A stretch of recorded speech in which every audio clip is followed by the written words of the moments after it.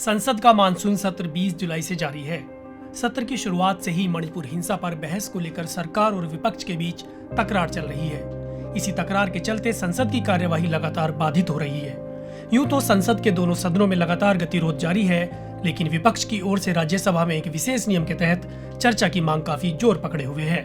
राज्यसभा की नियम पुस्तिका के नियम 267 के तहत विपक्ष उच्च सदन में मणिपुर के मुद्दे पर चर्चा की मांग कर रहा है, जबकि सत्ता पक्ष का कहना है कि वह नियम 176 के तहत इस मुद्दे पर बहस करने के लिए तैयार है। सारांश के इस अंक में हम जानेंगे कि आखिर राज्यसभा का नियम 267 और 176 क्या है और दोनों पक्षों ने इसे क्यों गतिरोध का मुद्दा बना रखा है। नियमों के फेर में पढ़ने से पहले आइए जानते हैं कि आखिर दोनों सदनों में चर्चा का क्या प्रावधान है। दरअसल संसद के दोनों ही सदनों का काम नियमों के तहत ही किया जाता है, चाहे कोई चर्चा करनी हो या कोई बिल लाना हो या फिर उसे मंजूरी देना हो। ये सब इन दोनों की नियमावली में लिखे नियमों के जरिए ही होता है। इन्हें इसलिए बनाया गया है ताकि सदन का कोई भी सदस्य यानी जनता का प्रतिनिधि जनहित से जुड़े मुद्दों पर अपनी बात रख सके।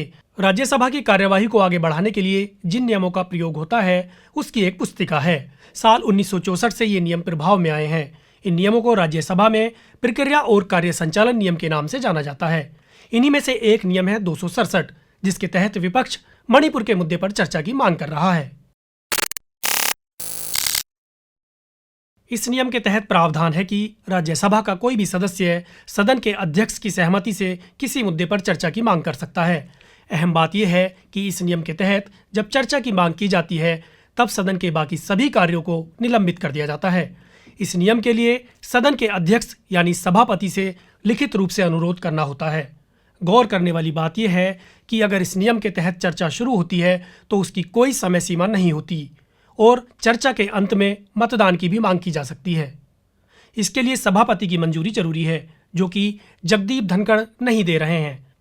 सरकार कह रही है कि वो नियम 176 के तहत मणिपुर पर चर्चा के लिए तैयार है। आइए एक बार नियम 176 पर भी नजर डालते हैं। इस नियम के तहत राज्यसभा का कोई भी सदस्य सभापति की अनुमति से सदन में किसी विषय पर चर्चा की मांग कर सकता है, लेकिन पेच ये है कि चर्चा सीमित समय के लिए होती है और ये अवधि 2 घंटे 30 मिनट से ज़्यादा नहीं हो सकती है। ये भी जरूरी है कि चर्चा की मांग करने वाला सदस्य सभापति को इसके लिए अनुरोध पत्र लिखे और उस पर 2 अन्य सांसदों के हस्ताक्षर भी होने चाहिए। तो इस तरह आपने इन दोनों नियमों को जान लिया है। अब नियमों को लेकर इस पर जारी खींचतान के बारे में लोकसभा के पूर्व महासचिव क्या कहते हैं, यह भी जान लीजिए। ये थोड़ा स्ट्रेंथ को भी देखना पड़ता है कि मोशन तभी सक्सीड होगा जब ओपोजिशन के पास स्ट्रेंथ होगी। अगर ओपोजिशन के पास स्ट्रेंथ नहीं होगी तो वो बिजनेस सस्पेंड नहीं करवा पाते। तो ये शो करना चाहते हैं कि हमारे पास राज्यसभा में स्ट्रेंथ है, तो इसलिए वो उस स्ट्रेंथ को शो करेंगे कि हमने सारा बिजनेस लिस्टेड बिजनेस को खत्म करके सिर्फ एक इशू के ऊपर डिस्कशन जब तक हाउस जाएगा या जब तक मेंबर बोलते रहेंगे वो डिस्कशन चलती रहती है, थोड़ा लॉन्गर ड्यूरेशन। अब जानते हैं कि आखिर सरकार क्यों 267 के तहत चर्चा नहीं चाहती है। इसकी वजह नियम 267 का एक पेच है, वो ये कि इसके तहत चर्चा की कोई समय सीमा नहीं होती, यानी चर्चा पूरा दिन भी हो सकती है और इसका समय बढ़ाया भी जा सकता है। माना यह जा रहा है कि इसी वजह से सभापति इस नियम के तहत चर्चा की अनुमति नहीं दे रहे हैं, जबकि 176 के तहत अगर मणिपुर के मुद्दे पर चर्चा होगी तो वह 2.5 घंटे से ज़्यादा नहीं होगी। विपक्ष को डर है कि 176 के तहत बहुत कम बातें सदन के पटल पर रखी जा सकेंगी और सरकार को घेरने की उसकी रणनीति सफल नहीं हो पाएगी। नियमों के इस फेर में मणिपुर जैसे अहम मुद्दे पर चर्चा नहीं हो पा रही है। मणिपुर के मुद्दे पर राज्यसभा में 267 के तहत चर्चा होगी या नहीं, ये फिलहाल साफ नहीं है। लेकिन आइए जानते हैं कि आखिर अब तक इस नियम के तहत कब कब चर्चा हुई है।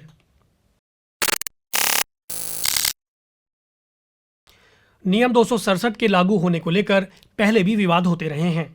पिछले साल शीतकालीन सत्र में सभापति जगदीप धनखड़ ने ऐसे ही 8 अनुरोध अमान्य कर दिए थे। इसमें भारतीय सीमावर्ती क्षेत्रों में चीन का प्रभाव एवं महंगाई जैसे विषयों पर बहस शामिल थी। तब उन्होंने कहा था, यदि नियम 267 लागू करने की जरूरत प्रतिदिन महसूस होगी तो मैं प्रतिदिन अनुमति दूंगा, लेकिन यदि जरूरत महसूस नहीं हुई तो अपने पूरे कार्यकाल के दौरान इसे लागू करने की अनुमति नहीं दूंगा। इंडियन एक्सप्रेस में छपे टीएमसी सांसद डेरेक ओब्रायन ने एक लेख में ऐसे कई वाक्यों का जिक्र किया है जब इस नियम के तहत चर्चा हुई है, जैसे कि 1990-92 के बीच राज्यसभा के सभापति शंकर दयाल शर्मा ने इस नियम के तहत चर्चा करने के लिए 4 बार अनुमति दी थी। 2004 में भैरों सिंह शेखावत ने एक साल में 3 बार नियम 267 के तहत चर्चा की अनुमति दी थी। वहीं 2013-16 के बीच हामिद अंसारी ने सभापति के रूप में 4 बार इस नियम के तहत बहस करने की अनुमति दी थी। उसमें बहुत सारे मुद्दों पर बहस की गई। ऐसा नहीं है कि इस प्रकार की चर्चा की मांग सिर्फ राज्यसभा में की जा सकती है, लोकसभा में भी नियम 388 के तहत ऐसी चर्चा की मांग की जा सकती है। ध्यान देने वाली बात यह है कि लोकसभा में भी अपनी एक नियमावली है जिसके तहत लोकसभा के कामकाज को आगे बढ़ाया जाता है। पत्रकारिता का नासूर बन चुके विज्ञापन के मॉडल को खारिज करके खबरों की इस दुनिया को बदलिए ताकि पत्रकारिता आपके लिए जवाबदेह बने।